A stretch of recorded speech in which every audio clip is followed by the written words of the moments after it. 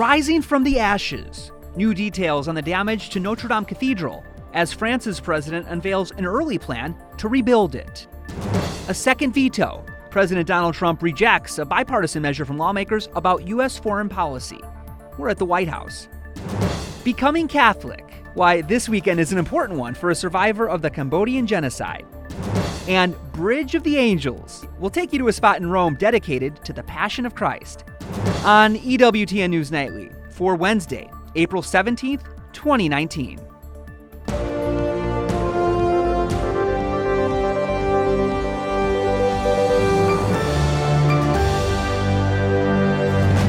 Good evening from Washington, D.C., and thanks for joining us for news from a Catholic perspective. I'm Jason Calvi, in for Lauren Ashburn. Notre Dame Cathedral's iconic rose windows are in good shape, but what's supporting them are at risk. And outside faithful came together last night to pray.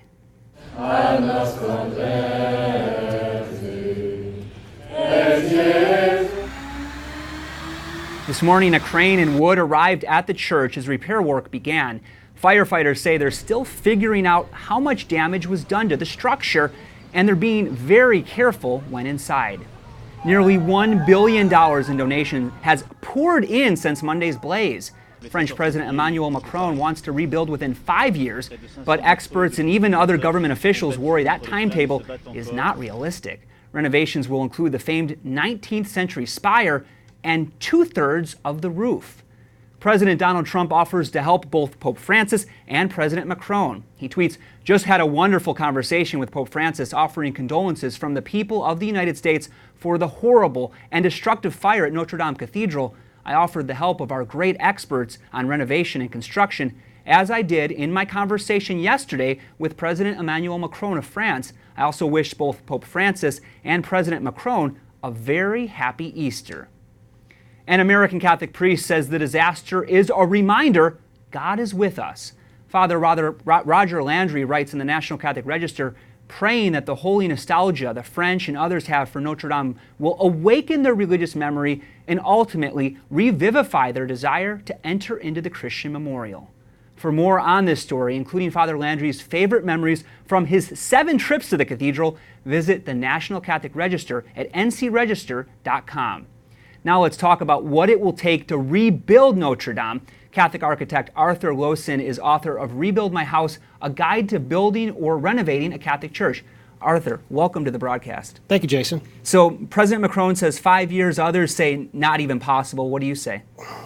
Well, it took 100 years and more to build Notre Dame. There's no rush to rebuild it on any artificial timetable.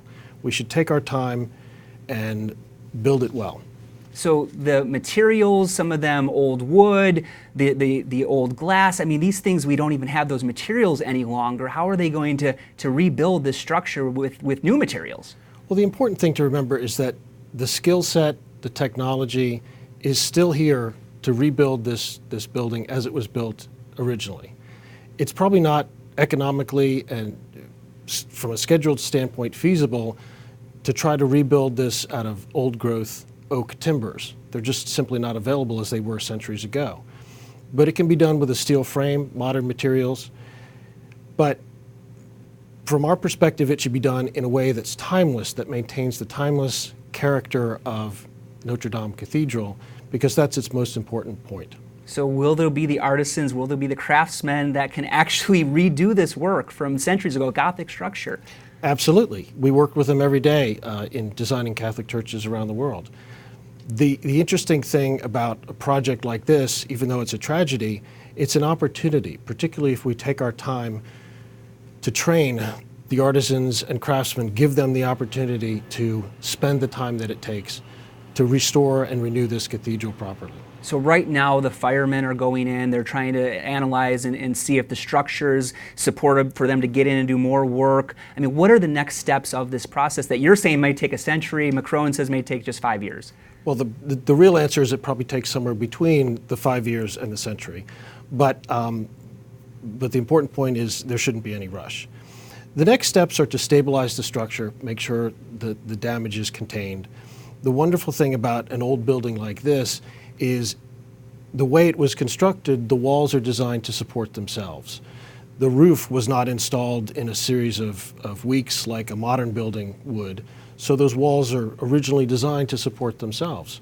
So as long as they're stable and stabilized, we can take our time to design and install a new roof. Last question. Your firm has been working on Catholic churches for many years now, and it actually led to you converting to the Catholic faith. Can you tell us really briefly about that? It did. In how many minutes do we have to do that in? It's not a short We need story. about 30 minutes, right? Right, at least.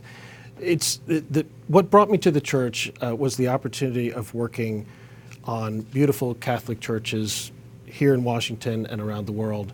And the beauty of those places, the ability to experience the presence of God through the transformative power of beauty is what led me to become Catholic. A conversion story based on beauty. What a beautiful story to share with us. Thank you so much for your time today. We really appreciate it. President Donald Trump issues his second veto. Lawmakers voted to end American military involvement in Yemen. That's the poorest Arab country.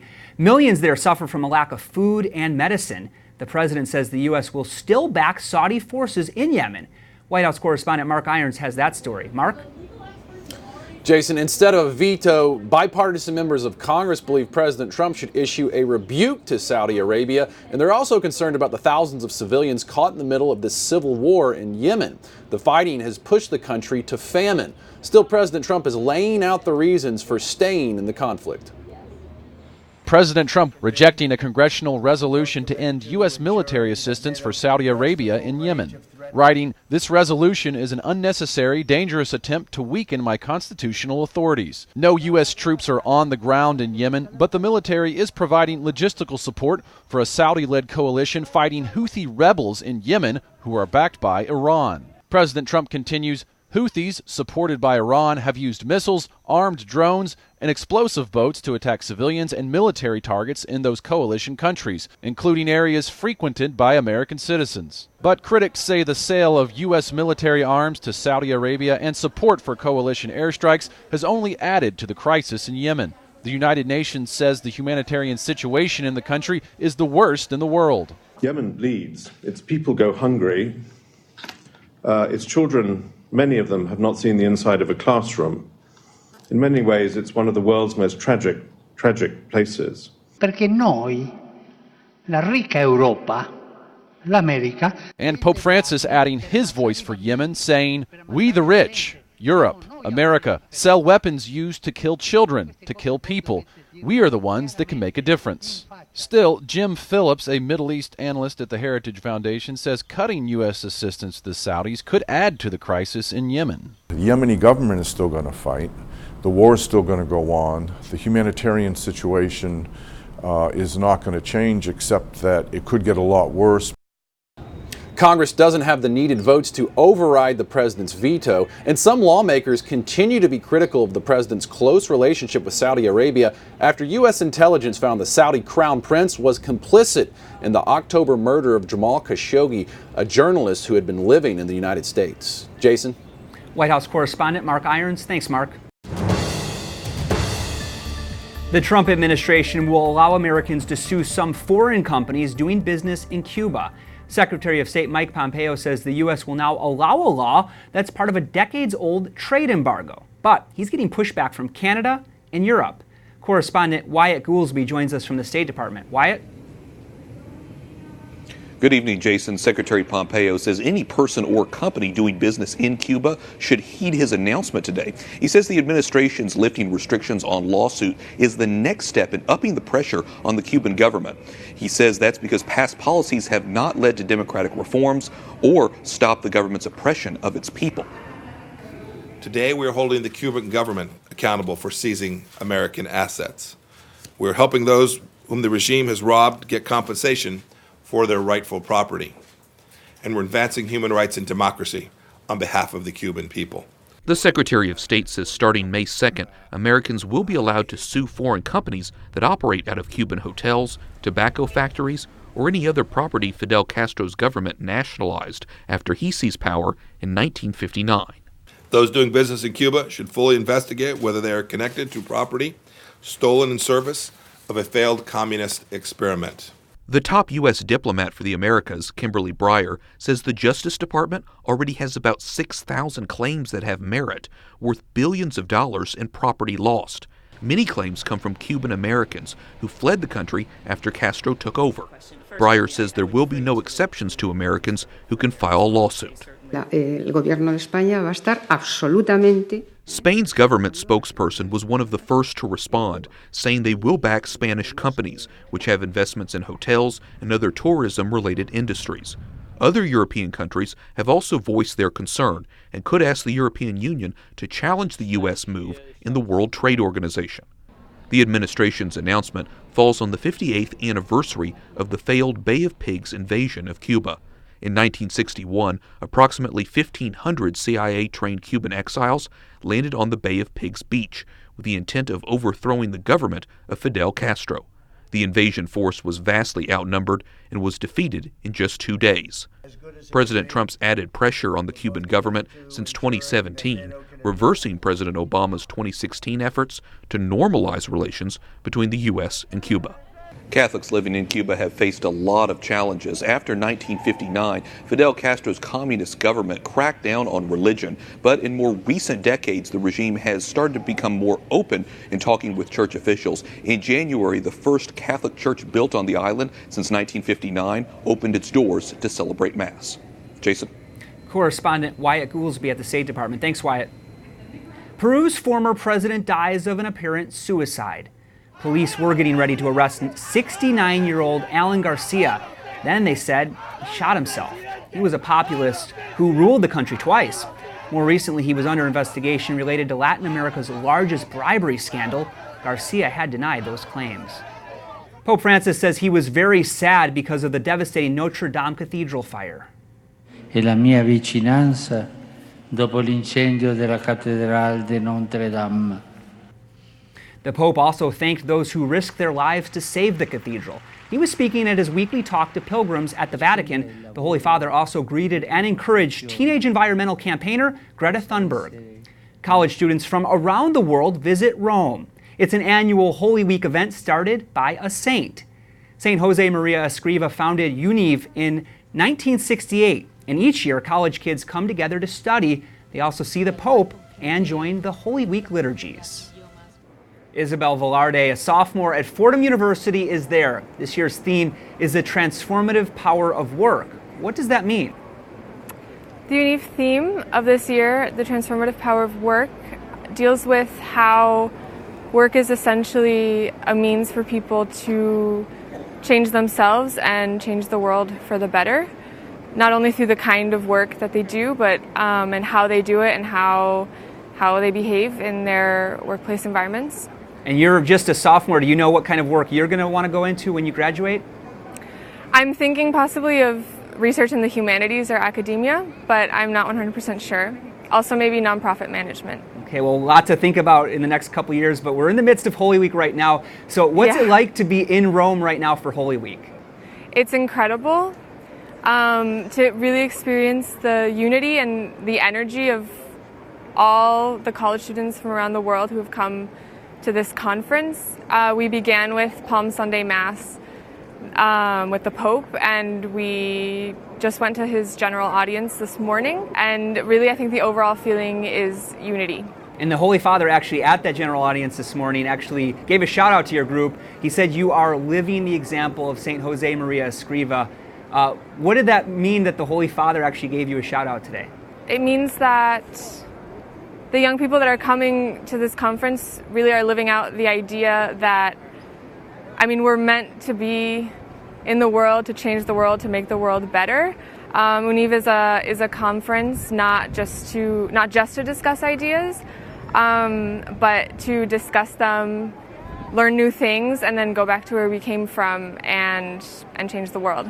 And Isabel Velarde is a sophomore at Fordham University. You're going back to your home in New Jersey, but thank you so much for joining us today from the Vatican. Thank you. Thank you. Coming up, we'll tell you about the fight for the unborn in Michigan and North Carolina. And the Daily Caller's Amber Athey talks about a Trump administration victory on immigration.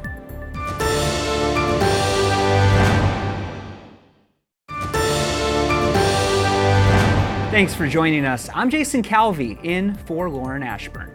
New U.S. Attorney General William Barr makes his first immigration-related decision. He tells immigration judges to deny bond for some detained asylum seekers. That means some will be held as their cases are decided. Now let's take a closer look at this decision with Amber Athey, White House correspondent for the Daily Caller. Amber, welcome back. Thanks for having me. So this is a ruling that will take place in about 90 days. How will it change the immigration system? Sure. So what this will do is it will mean that fewer illegal immigrants are released into the interior of the United States as they're waiting for their court proceedings. So as the system currently stands, someone who claims asylum and is able to meet the credible fear threshold, which is that first interview that they would have with an immigration official, can be released on bond. They can also be released by DHS through parole hearing, or they can be detained indefinitely. So William Barr essentially removed one of those options.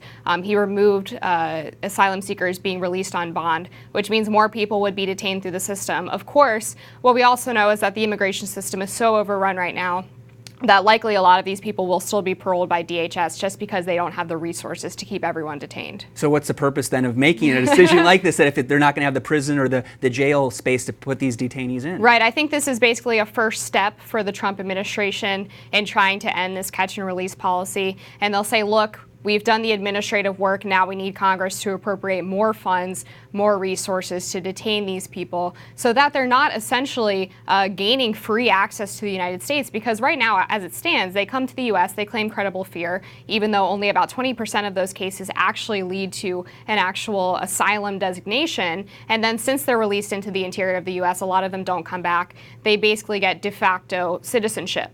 But the ACLU is threatening to sue. They say this proposal is unconstitutional. That's an interesting argument, especially because in his decision, William Barr cited a Supreme Court case in which the Supreme Court decided that illegal immigrants don't have the right to periodic bond hearings and that they can be detained indefinitely as long as they're waiting for court proceedings. And there was no time limit placed on that. Previously, courts argued that there was a 6-month waiting period before those immigrants would need a bond hearing, and the Supreme Court said no, they can be held indefinitely as long as they're waiting for removal proceedings or other court proceedings. But the majority of immigrants coming over the border, at least right now, are families, and this ruling would not apply to families. No, it won't apply to families at all, actually, because as we know, the Flores Agreement says that children cannot be detained for more than 20 days. So any person who comes in with a minor would be released because there is no more family separation, obviously, under the Trump administration. Amber, thank you so much. Amber Athey, White House correspondent for the Daily Caller. Thanks for having me. And North Carolina lawmakers pass a born-alive abortion bill. It would require doctors and nurses care for babies who survive an abortion. It now heads to the state's Democratic governor, but his spokesman criticized the bill. That raises expectations the governor may veto it. And Michigan's Attorney General says it's likely the Supreme Court will strike down Roe v. Wade. The state is one of 10 that have pre-Roe abortion bans still on the books. But now Dana Nessel says she would not enforce that ban. The state's Republican Party calls for her resignation, saying the statements prove she'll uphold only the laws with which she agrees. And up next, a survivor of the Cambodian genocide is set to join the Catholic Church, and a bridge in Rome with a special spiritual dimension.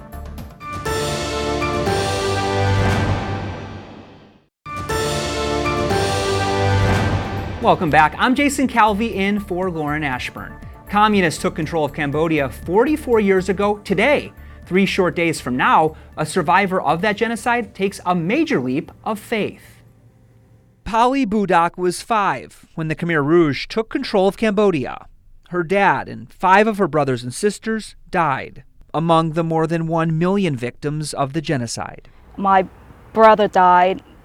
I watched him take his last breath, and my job was to go out there and tell Mom he's gone, and then she would just come in and wrap her child up and just bury him right where we were staying. Polly grew resentful, but her mom kept her Catholic faith. She would constantly pray, and I couldn't understand, and I said, no, Mom, it doesn't make any sense. Polly wasn't Catholic, but later she'd go with her mom to Mass and get little nudges. I observed the way she prayed and how happy she was and joyful. And I'm thinking to myself, wow, after all she went through, and to have that joy and kind of forgetting everything that happened, this is amazing. I want some of what she's having, but double dose. She's soon going to get it, 44 years after surviving genocide. This for all the people who passed away in vain, who died in vain during the Cambodian genocide. At the Easter Vigil, Polly will finally enter the Catholic Church. That is going to be the best day of my life, the best and the most important day of my life, the day that I've been waiting for, to be born again. And to be baptized means to me that I'm no longer marked for death, but I will be marked for life. A rising from the pain of long ago. The only thing that enables me to forgive is the grace of God. That's the only thing. It's the beginning of a new chapter for this budding author. My purpose in life is to help Cambodia, to resurrect Cambodia's killing fields to the healing fields. And that's why I'm writing this book particularly for that. A mission to help her scarred countrymen take their own leap of faith. And Polly is not alone. More than 37,000 people will enter the church this Easter Vigil. Now that number only includes the American diocese reporting numbers to the U.S. Bishops' Conference. And finally tonight, this Holy Week, we take you to a bridge in Rome dedicated to the Passion of Christ. Alan Holdren, our Rome bureau chief, is our guide. For centuries, Ponte Sant'Angelo, the Bridge of Angels, was the only bridge that would take pilgrims to St. Peter's Basilica from downtown Rome. It's a walkway with a spiritual dimension. On the Ponte Sant'Angelo bridge, there's these angels that are carrying the symbols of the Passion, the instruments of the Passion of Jesus Christ. And they're designed to help people to reflect on all that Jesus Christ suffered in order to achieve the redemption of the human race. In 1667, Pope Clement IX commissioned Gian Lorenzo Bernini, the Renaissance architect famous for designing St. Peter's Square, to sculpt 10 angels for the bridge.